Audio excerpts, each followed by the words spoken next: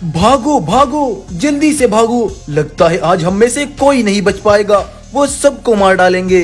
जंगल में इतने चीखने चिल्लाने की आवाजें सुन जंगल का राजा ऊंची पहाड़ी पर आ जाता है और जो वो देखता है उसे देख राजा गब्बर की आंखें भी खुली रह जाती है।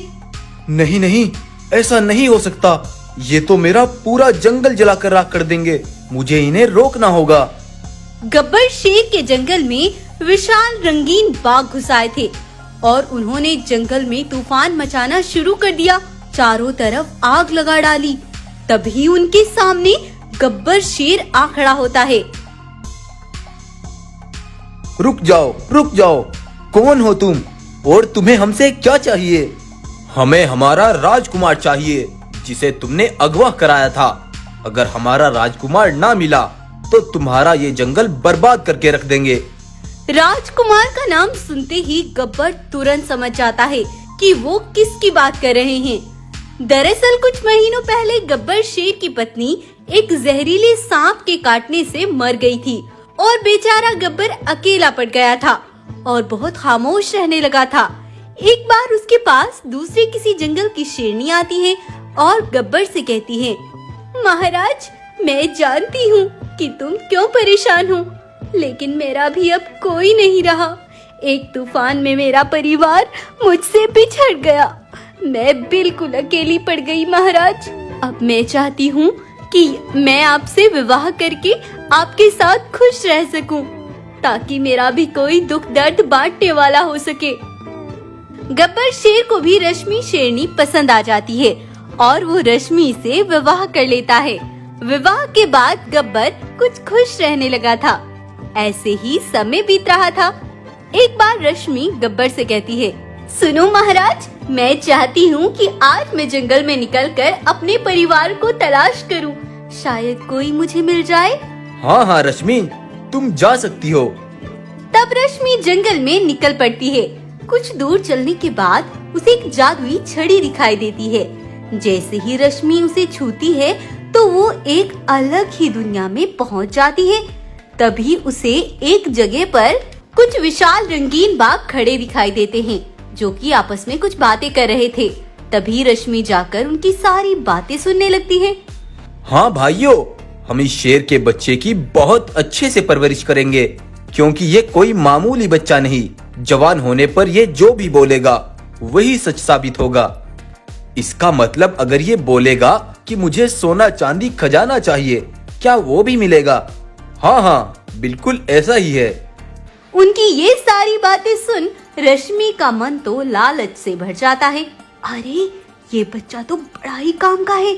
अगर इसे मैं पालूं तो फिर जो मैं चाहूंगी वो इससे करवा सकती हूँ। मुझे इसे यहाँ से उठाकर ले जाना होगा। फिर जब कुछ देर बाद सभी विशाल रंगीन बाग इधर उधर चले जाते हैं तो रश्मि चुपके से जाकर उस बच्चे को उठाकर वहाँ से जादुई छड़ी की मदद से अपने जंगल ले आती है और गब्बर के पास जाती है। अरे रश्मि, ये बच्चा कौन है और इसे तुम यहाँ क्यों लाई हो? वो महाराज, इसकी माँ इसे जन्म देते ही मर गई थी, इसलिए मैं इसे यहाँ ले आई और अब मैं ही इसे पालूंगी। इस तरह से रश्मि ने उस बच्चे को झूठ बोलकर अपने साथ रख लिया था। लेकिन आज ये सब रंगीन विशाल बाग उस बच्चे को लेने के लिए लौट आए थे। मैं समझ गया, तुम जिस बच्चे की बात कर रहे हो वो मेरे ही पास है। मैं उसे अभी लेकर आता हूँ। गब्बर दौड़ता हुआ अपनी गुफा पर जाता है, लेकिन वहाँ पर ना ही रश्मि थी और ना ही वो बच्चा। ये देख गब्बर दंग रह जाता है। अरे, ये दोनों कहाँ गए? अगर मैंने उन्हें उस बच्चे को नहीं लौटाया तो वो मुझे जान से मार डालेंगे। गब्बर ये बोल ही रहा था कि तभी वो सभी विशाल बाग वहीं पर पहुंच जाते हैं। क्यों रे गब्बर, कहाँ है वो बच्चा? मुझे पता है तूने उसे कहीं छिपा दिया। जब तक वह बच्चा ना मिल जाए पिंजरे में डाल दो उसको साथियों। तब वो गब्बर को कैद कर लेते हैं, लेकिन गब्बर को समझ ही नहीं आ रहा था कि उसके साथ आखिर हो क्या रहा है। ये सब क्या हो रहा है? रश्मि ने बोला था वो बच्चा अनाथ था, ये बोल रहे हैं वो इनकी दुनिया से आया है, लेकिन रश्मि और वो बच्चा यहाँ पर क्यों नहीं?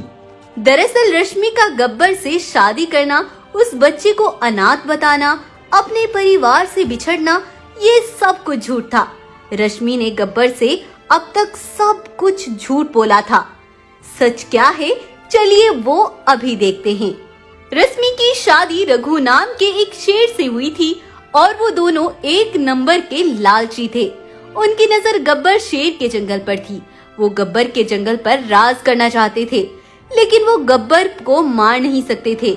एक बार वो दोनों एक जादुई छड़ी की मदद से उन विशाल रंगीन बागों की दुनिया में चले गए। वहाँ उन्होंने देखा कि वो विशाल बाग एक सफेद शेर का बहुत ख्याल रख रहे हैं।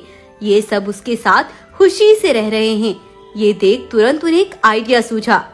सुनो रश्मि, गब्बर को मरवाने का ये बढ़िया तरीका है। हम इन विशाल बागों को गब्बर के खिलाफ भड़का देंगे। लेकिन हम इन्हें गब्बर के खिलाफ करेंगे कैसे? तुम्हें गब्बर के पास जाकर शादी करने का ढोंग रचना होगा और उसे तुम पर शक नहीं होना चाहिए। फिर तुम यहाँ आकर इस बच्चे को उठाकर ले जाना। इस बच्चे के गुम हो जाने से सभी विशाल बाग परेशान हो जाएंगे। फिर मैं इन्हें जाकर बता दूंगा कि तुम्हारे उस बच्चे को गब्बर शेर की पत्नी उठा कर ले गई है।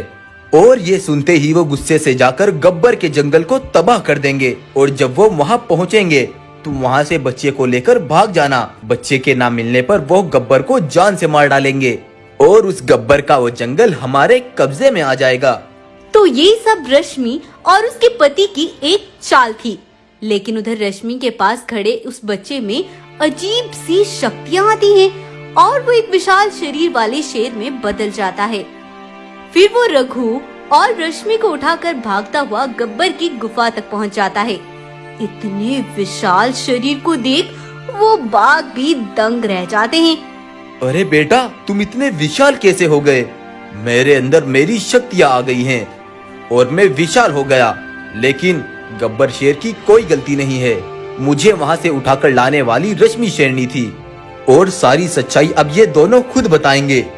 तब रघु और रश्मि सब कुछ सच सच बता देते हैं और उनकी बातें सुनकर सबको बड़ा गुस्सा आता है और वो उन्हें सजा के तौर पर 6 महीने के लिए कैदी बना लेते हैं। और वो रंगीन बाघ और सफेद शेर गब्बर को दोस्त बनाकर उनके साथ ही रहने लगते हैं। इस तरह कहानी का यहीं पर एंड हो जाता है। आपको अगर आज की ये कहानी पसंद आई है तो कहानी को लाइक जरूर करें।